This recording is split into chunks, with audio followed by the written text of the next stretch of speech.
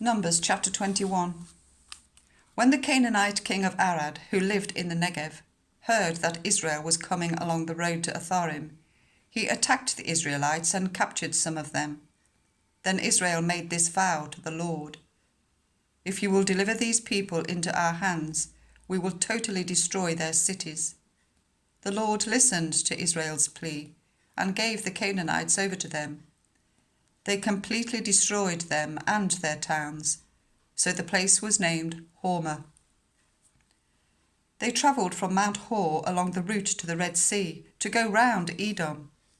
But the people grew impatient on the way. They spoke against God and against Moses and said, "Why have you brought us up out of Egypt to die in the wilderness?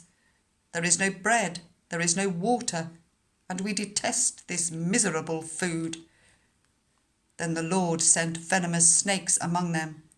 They bit the people, and many Israelites died. The people came to Moses and said, "We sinned when we spoke against the Lord and against you. Pray that the Lord will take the snakes away from us." So Moses prayed for the people. The Lord said to Moses, "Make a snake and put it up on a pole. Anyone who is bitten can look at it and live."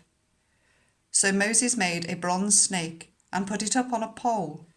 Then when anyone was bitten by a snake and looked at the bronze snake, they lived. The Israelites moved on and camped at Oboth. Then they set out from Oboth and camped in Abiram, in the wilderness that faces Moab towards the sunrise. From there they moved on and camped in the Zered valley. They set out from there and camped alongside the Arnon, which is in the wilderness extending into Amorite territory.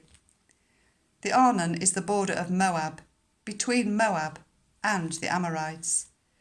That is why the book of the wars of the Lord says, "Zahab in Suphah and the ravines, the Arnon and the slopes of the ravines that lead to the settlements of Ar and lie along the border of Moab."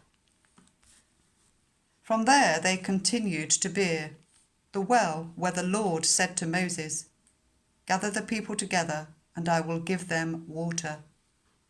Then Israel sang this song: "Spring up, O well, sing about it, about the well that the princes dug, that the nobles of the people sank, the nobles with sceptres and staffs." Then they went from the wilderness to Mattanah, from Mattanah to Nahaliel, from Nahaliel to Bamoth, and from Bamoth to the valley of Moab, where the top of Pisgah overlooks the wasteland. Israel sent messengers to say to Sihon, king of the Amorites, "Let us pass through your country.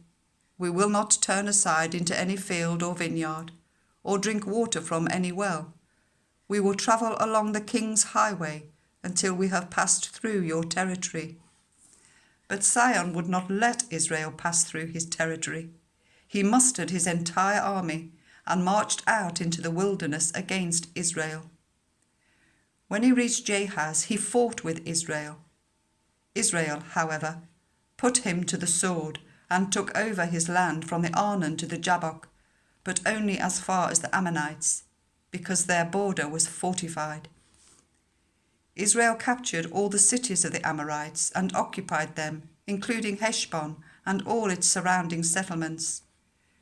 Heshbon was the city of Sihon, king of the Amorites, who had fought against the former king of Moab, and had taken from him all his land as far as the Arnon. That is why the poets say, "Come to Heshbon and let it be rebuilt. Let Sihon's city be restored." Fire went out from Heshbon, a blaze from the city of Sihon. It consumed Ar of Moab, the citizens of Arnon's heights. Woe to you, Moab! You are destroyed, people of Chemosh. He has given up his sons as fugitives and his daughters as captives to Sihon, king of the Amorites. But we have overthrown them. Heshbon's dominion has been destroyed all the way to Dibon. We have demolished them as far as Nophah, which extends to Medeba.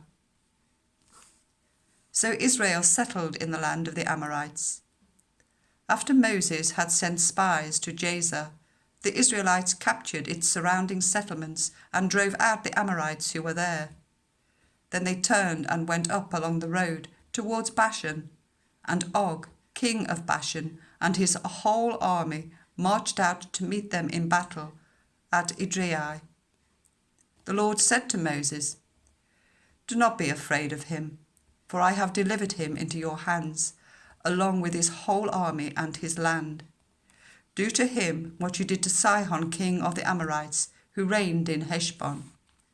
So they struck him down, together with his sons and his whole army, leaving them no survivors, and they took possession of his land.